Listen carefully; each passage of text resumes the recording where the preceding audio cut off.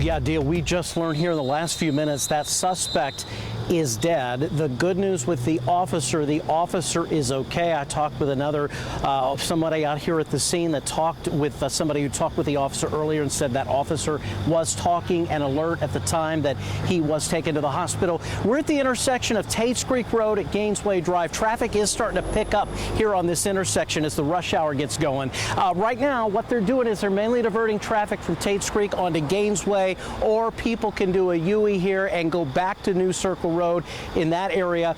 The extended stay where all of this was going on, where they had the suspect hold up, that is down this way on Tates Creek Road. All of this stuff happened at about 11 last night on Tates Creek Road, not far from the intersection with New Circle. Police say the officer was taken to UK Hospital. We've just learned the officer has non-life-threatening injuries. Officers worked for hours to make contact with the suspect. The suspect fired a gun at the officers, and the officers returned fire. The suspect was taken to the hospital with life-threatening injuries, and again, we have learned that he has since died. Now, as per protocol, with any officer-involved shooting, Kentucky State Police will be handling this investigation. So far, we do not know the name of the suspect, who again has died. The timeline of all of this unclear, just getting a lot of this stuff in. Lexington police say they are planning to release some more information later today. Now, LAX 18's Evan Leake is also out here at the scene this morning, closer to that extended stay I mentioned. Let's check in with him live to see what he has learned. Evan, good morning to you.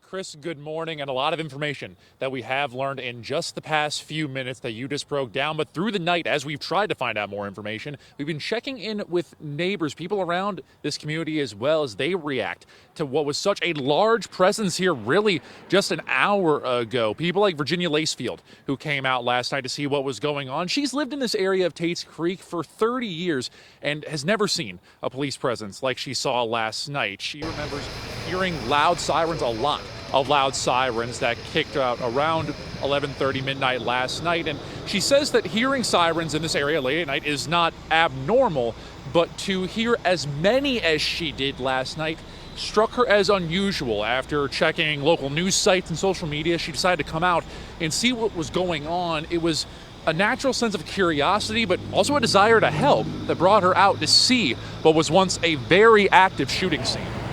I just came out to see it.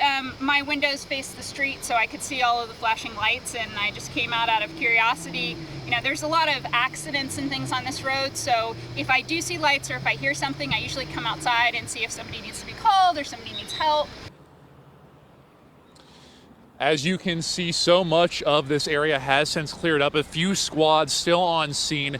And as Chris mentioned, Kentucky State Police now very much involved in this investigation. We plan to hear more from a press conference later today to reiterate the officer shot the extended stay on Tates Creek in the hospital with non-life-threatening injuries. The suspect in that shooting, taken to the hospital with life-threatening injuries, has since died from those injuries. We expect to hear a lot more throughout the rest of this morning. For now, in Lexington, I'm Evan Leake for LAX 18 News.